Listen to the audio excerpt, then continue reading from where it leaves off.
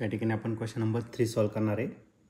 The cell has an EMF of 2 volt and the internal resistance of this cell is 0.1 ohm. तर एक sale दिलेला आहे, त्याचा EMF 2 volt दिला आहे आणि त्याचा इंटरनल रेजिस्टन्स दिलेला आहे 0.1 ओहमचा. It is connected to a resistance of 3.9 ohm आणि त्याला कनेक्ट करायचं आहे एका रेजिस्टन्सला ज्याची व्हॅल्यू आहे 3.9 ओहम इतकी दिलेली आहे. The voltage across the cell will be. तर त्या सेलच्या अक्रॉस किती व्होल्टेज असणार ते आपल्याला फाइंड करायचं. हा क्वेश्चन 2007ला आलेला होता.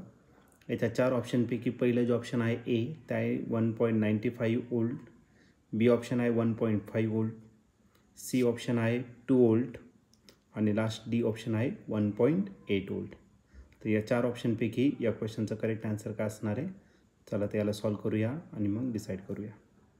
तर या क्वेश्चनमध्ये एक सेल दिलेला आहे ज्याचा EMF दिलेला आहे 2 वोल्ट इतका. ओके, EMF आपण ने रिप्रेझेंट करणार आणि त्याचा EMF आहे 2 वोल्ट इतका. ठीक आहे, आणि त्याचा इंटरनल रेजिस्टन्स दिलेला आहे, इंटरनल रेजिस्टन्स स्मॉल आर तो दिलेला आहे 0.1 ओहम इतका आहे.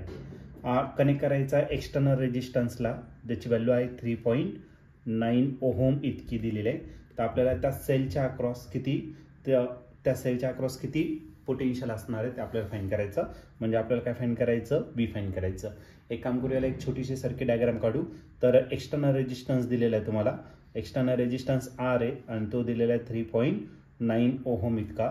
त्यानंतर आपण त्याला एक बॅटरी सेल कनेक्ट करणार आहे. त्याचा पॉझिटिव्ह टर्मिनल आणि हा निगेटिव्ह. त्याची व्हॅल्यू तुम्हाला दिलेली किती तर 2 वोल्ट इतकं आणि त्याला इंटरनल रेजिस्टन्स दिलेला आहे स्मॉल आर, त्याची व्हॅल्यू आहे 0.1 ओहम इतकी दिलेली आहे. ओके, तर हा जो दिसतोय तुम्हाला याच्या अक्रॉस किती पोटेन्शियल असणार.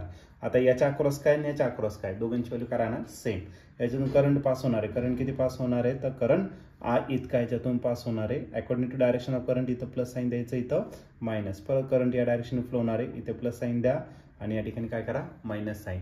आता याच्यावरती अप्लाय करायचं आपल्याला किर्चॉफ्स व्होल्टेज लॉ. तर या डायरेक्शन गेलं तर याचाच लास्टचा साईन प्लस असणार आहे, मग तो झाला प्लस ई.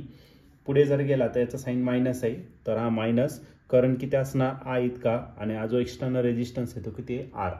त्याच्या पुढे गेला तर या ठिकाणी मायनस साईन, करंट इतका आहे आणि इंटरनल रेजिस्टन्स किती small R is equal to करायला 0 झाला.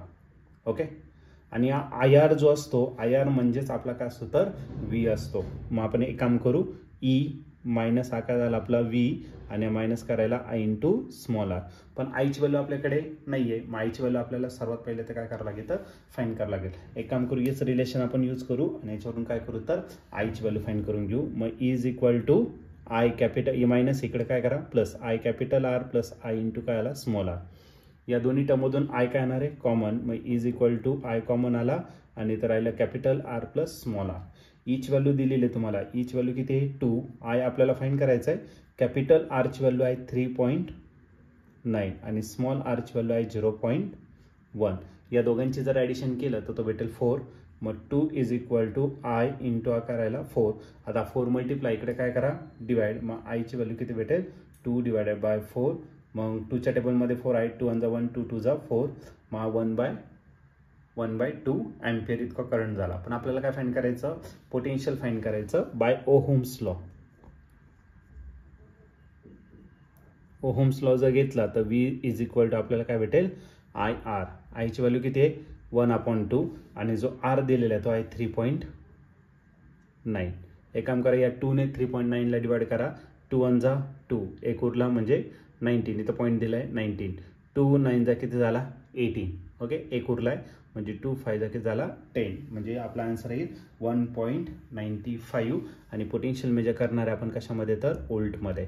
तर या ठिकाणी ऑप्शन जर बघितलं तर ऑप्शन नंबर ए जो आहे तो या ठिकाणी आपला करेक्टली मॅच या ठिकाणी सापडतोय. मग या क्वेश्चनचं जे आन्सर असणार आहे ऑप्शन ए म्हणजेच 1.95 वोल्ट हे त्याचं फायनल आन्सर असेल.